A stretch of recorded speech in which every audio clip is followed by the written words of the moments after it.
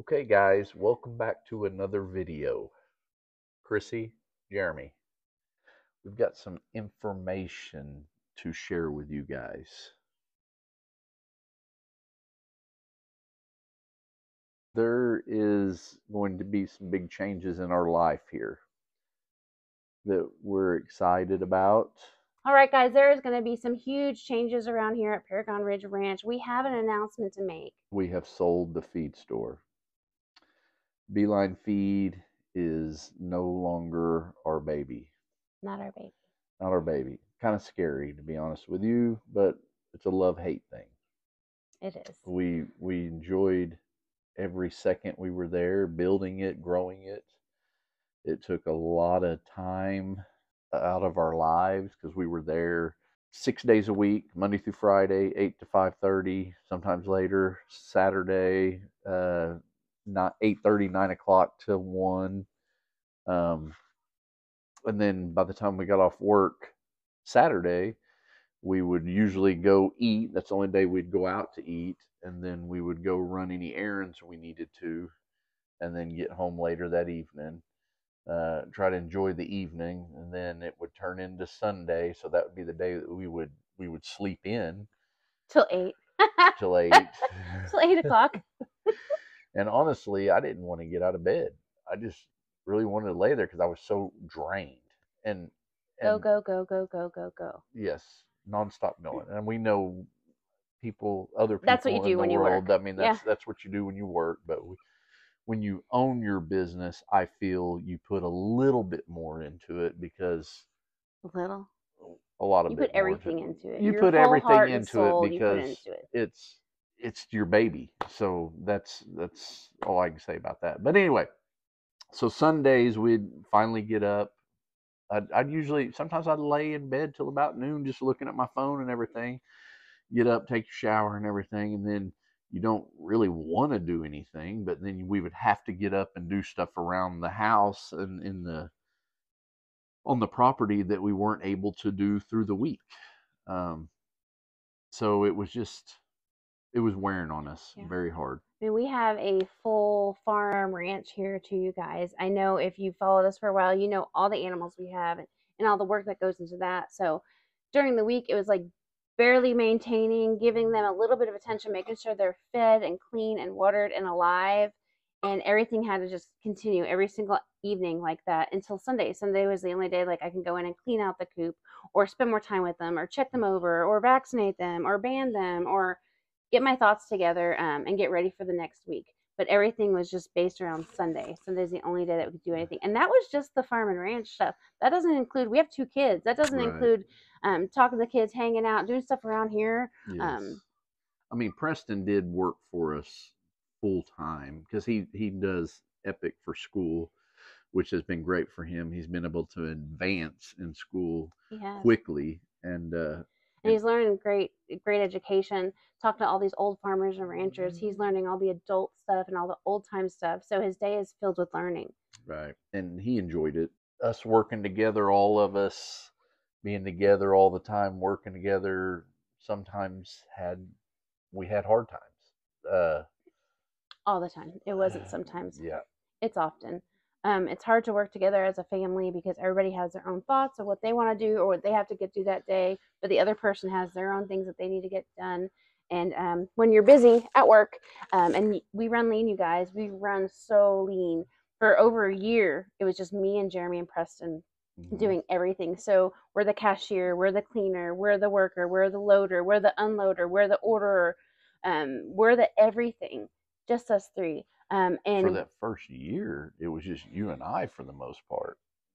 For the most part, wasn't it? No, it's been a year since Preston's been in Epic. Has it been that long? Yeah, and he's worked full time since time flies. Since last August. Yeah, but at one point at the beginning, it was just her and I when the kids were in school. When Preston was in school, Jeremy was loading all the. Yeah, and so we'd sell it, I'd load it and stuff. Which I got in good cashier. Shape. I got in good shape there for a while, but it's hard on your back. It's just, it is, but it's a very labor intensive job. Yeah, it's a labor intensive job when you're loading bags and everything.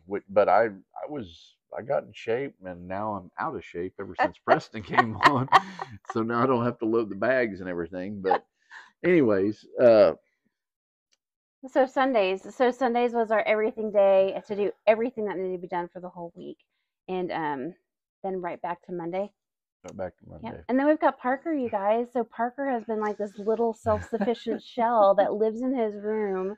He brings his snacks and his water bottles in there, and he plays video games all day long when he's not at school. Otherwise, he comes home, he never has any homework, and he just generally plays video games until we bring him dinner. Right. And then he goes to bed. So there's really like no quality time because we're Yes. and we hate that. We really do. We hate that We Parker hated it, doesn't get yes. enough time with us or attention. And our arguing all the time is really wearing on us. It's really, really wearing on us. It's really hard to be married and work together. I don't care what you hear people say, it's not true. If you talk to any real business owner that's done it for years, they will tell you that it's just really difficult to work husband and wife. It is. Everybody has their own ideas on what needs done that day or how it needs done or when they're going to do it. And stepping on each other's toes and having expectations for this and for that. But you have your own things in your own brain that you need to do that day. And here we are, a cashier and a loader and a everything. So we can't run the business, the paperwork, the advertising, the marketing, the answering all the questions. It's so hard to do that when you're actually the worker with a line of people constantly working. So it's frustrating. Doing the orders. Gosh, yeah. Jeremy Ordering the feed all Jeremy the time. took all the ordering orders over. He did a really great job, but again, running lean, we like fresh food. We like things as fresh as can be. So he did a little bit extra for each week just to keep it coming in and constantly rotating out and being fresh instead of large quantities. And our customers appreciate it so much. Yeah. Really do. Okay, so with that being said, we did sell the feed store. Do we regret opening the feed store? Absolutely not. No, not at all. It was a dream. It wasn't the plan, but everything kind of led us to that. I mean, Right. we bought the building as a commercial property. We thought we'd possibly just use it to rent it out. We started cleaning it up and remodeling, and it needed a lot of work. And we fell in love with it. We liked the place. It felt good. As we were remodeling it, we thought, oh my gosh, this would be a really great feed store because we're doing all the homesteading stuff here, you guys. So if it's in your heart and all you do is read and watch and listen and try, what's the next step in that in farming and homesteading? Next step is like, I want to do that for a living, you know? Right. So Right. that's what we did. Jeremy was fully on board, like, let's do it. Sounds great. And we needed something like that in this area. Oh yeah. Yeah, definitely. We did. So, you know, the knowledge that we brought in wasn't a lot. I mean, I knew a lot about chickens. Right. And we had goats, and I knew, of course, about husbandry and feed. But we've learned a lot when we started. We learned a lot about nutrition, about vitamins, about dog food, about all kinds of like little mechanisms and products for all different animals. I would say probably when we first started the feed store, the biggest shock that we had was we were selling a lot of pig feed.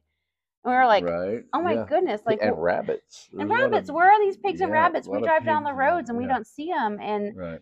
because they're in little rabbit hutches, and then the piggies are just low Yeah. to the ground and doing their own thing. So that was pretty shocking. But I wanted to make it a destination, and I feel that we did.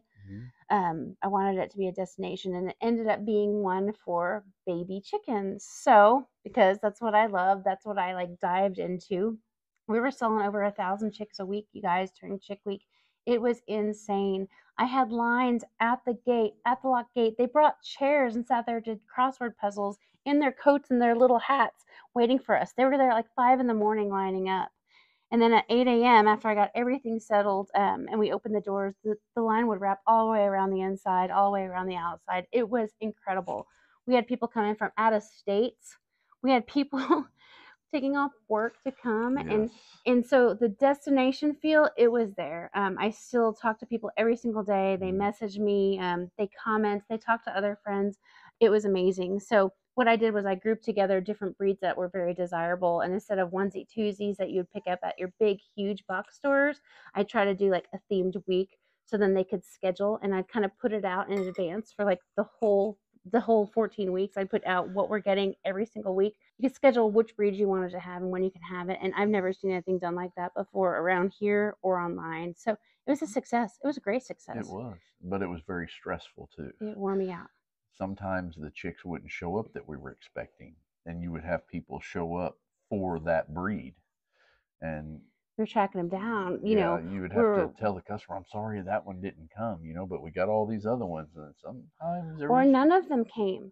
Yeah. And we're trying to track them down from this place to that place, and you find them at like the hub for USPS Right. in Tulsa, and you're sitting there knocking on their window like, please, can I have my chicks? And they wouldn't release them, and you're like, these are living beings. Like, I just don't want them to die. You know, if I got to take 1,000 chicks home tonight and take care of them, that's what I'm going to do. But they're living beings. And so having that, like, that all sounds pretty negative. It's not negative. It's it was super wonderful. And it's going to continue to be super wonderful with us and the chicks. But after this second year, 14 weeks straight of helping people with all the kindness and love in my heart of their first chicks and I really, really try to make it super special. And the feedback is people do feel super special. And I feel so wonderful that I could help them with their first chick experience or help them with their older chick experience. It wore me out. By the time the 14 weeks was over, I didn't know if I was coming or going. I wanted to sell my whole flock. I wanted to just get rid of all my animals. I was so worn out. I didn't even want to come home and have chickens. And chickens are like my number one. I really do think. So after a few weeks, it settles down and you feel better. And we started our own breeding program last year. So we have our own hatchery now here at the house. Very, very small scale. Very small scale. It's called Paragon Homestead Hatchery. If you guys haven't, go check it out. We have not been mailing any chicks or eggs yet, but it's going to come. Right now, it's lots of local pickup in farmers markets. But also, we have met a lot of great people and made a lot of friends with the feed store. That for sure. That's the best value. That's the best value of the whole experience. The talking to people about everything and we had no meeting the friends. Community. Yeah, it was a good experience for sure. We were new to this whole area. This is about an hour from home. So this whole like Winchester Mounds area, just south of Tulsa, we were new to the area. We have wonderful, wonderful neighbors, but there's like 3 and we're really good friends with their families, but that's it. We don't really have any friends, and it was too far to like drive home every single night to go see friends or hang out with kids, with their friends. So it was pretty lonely. And once we started that, oh my God, the love that the community has, the sweetness and the kindness and the love and the generosity. I didn't know a community had that because I've never pushed myself into a community like that. I mean, we met some amazing people. And they love us. And they love us. And they call us not because they need anything. They call us because they want to know, how are you feeling? How's your day going? How are you doing? You looked a little upset the other day. Or, hey, I saw that you've been really busy lately. Or I saw your post about this. How's things going? Or they ask you about your personal stuff, and it's reciprocated with so many people. Right. We had so many opportunities. We've learned so much. We've learned about cattle, a little bit about horses, obviously pigs, which we have now, sheep, which we have now, a lot more about chickens. I've learned so much, and I've shared so much. But yeah, it's the people. I think that's the number one thing that I am going to miss, and it's the number one thing that changed our hearts and made us feel like we're part of the community. And that's the hardest thing right now. Yeah. So we just announced that we sold the feed store, and there's so many positive comments on both sides. Positive about they're excited about our new adventures and asking us what we're going to do, and they're excited about the new owners because they're really wonderful people. Every day is an emotional roller coaster. Oh, it is. We chose this. Like, we chose to sell it. It was one of those things that just happened, and it's amazing that it happened, and it's just God telling us, hey, it's time to move on and do something else. Because that's kind of the way it's been with the last couple businesses, is it just happens naturally. It's not like we try to sell a business. It's not like we're trying to for sale. Like, we didn't advertise it or anything like that. But it just all fell into place. Weird how things happen for a reason. Just like buying the property. Just like that buying just it. It was weird. That's a whole other story. But it is. So you just have to think that we're being guided in some way to just change and to move and to do things. So the feed store is sold. We're having lots of roller coaster emotions. We are happy that we became part of the community. We're happy that all the community is wishing the new owners very, very well wishes, and they're excited about it. And we're trying to make sure that they understand we're still here. If they need us, they could communicate to us through Paragon Ridge Ranch on Facebook. That's not going to change. And we want you to support them as well. Yes. And keep what we got started going and help them grow it as well.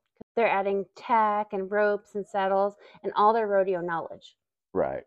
Which I wish we knew a lot of, because don't know a darn thing. There's a lot of horse people out here, people with horses.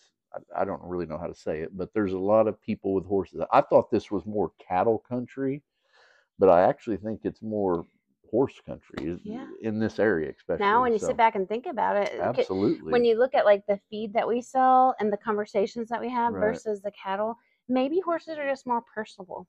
They're a very Right, personable animal. Where cows generally could be personal, like baby cow, because Yeah. you know he is. But they're out in the field and there's 100 of them and you feed them. Yeah, So maybe that's it. for sure. But anyways, with that being said, like I said, we want to have you guys, if you're in the area and you buy feed from us already or whatever, continue to buy from them, support them as well, because I think they'll take care of, I know they'll take care of you well. And they, like I said, they want to continue the tradition, well, not tradition, they want to continue what we built and make it bigger and better. With the same values and the same sense of community Correct. and family. Because they are a family and they're a small business, just Yes, like we were. yes. So with that being said, our next adventure. Yeah, what is it? I was going to say, get to the point. So what are we going to do, Daddy? For right now, since we are so far behind with stuff we need to do here at our ranch, we are going to do things that need to be done and video it for you guys. And we're going to spend more time on this YouTube journey and share with you guys all the projects that we have to do. And boy, there is a lot of them. We haven't even made a list yet because it's going to be scary. There's so many things that we need to do because we've been absent for 2 full years. We bought that place 2 years ago and we started every single day until late in the evening doing remodeling. So we have 2 years worth of backlog here at the ranch. So, Yes. I mean, I think if we sat down and wrote it, we'd cry. Right. But we want to take you guys along on the journey with us. We hope that you like our content. We hope that you support us. But we want to take you guys along on that journey, and we hope that you like what we're going to be putting out soon. It's going to be a wild journey. We have so much to do. I mean, there is coops that I need you to build, shelters, fencing. We have lambs, coons, chickens, turkeys, guineas, ducks. So the whole like hatchery part's going to be a lot. And then our property, just regular property maintenance. I mean, Yes. We need to knock down trees, clear some areas for maybe some animals. We need to cut firewood. That's just the tip of the iceberg. Right. So we got our hands full. We do. And we're excited about it. We are. I mean, we are. I haven't woke up and just sprung out of bed yet. I'm like, let's go build a chicken coop. I'm still trying to like wrap my head around like, what am I going to do at home today? Right, right. So Jumpstart YouTube is our number one. We have felt like we're absent. I have barely been scraping by putting out a video here and there. In fact, there was months and months that I stopped putting videos out because I didn't have time. We were building the shop. We were doing all the rebuilding and there was just time, but I was videoing. Right. I was videoing. So we did video totally remodeling the shop, but I think I put out 3 videos. Yeah. Like I tried to like let you guys know what we were she never doing. even was able to finish putting out videos of the whole remodel of the shop. So, but yes, we're looking forward to this new adventure and hope it goes well. It is an adventure. It's an adventure in life. And babe. we would greatly appreciate your support and continue to watch and interact with us. We promise we're going to be putting out more videos. Yeah, we have to. We have to. Yeah. We have to now. So we're going to try to work really, really hard on our YouTube while we're getting things done around here. And we're going to see how it goes, you guys. And we can't do it without your support. So please make sure that you hit subscribe if you haven't already and hit the little dingle bell. Every single time that we upload a new video, you will be alerted and you'll get to like hang out on this journey with us. But thank you so much for following us. Yes, thank you. This is a public service announcement. Yes. And we're out. Peace. Bye.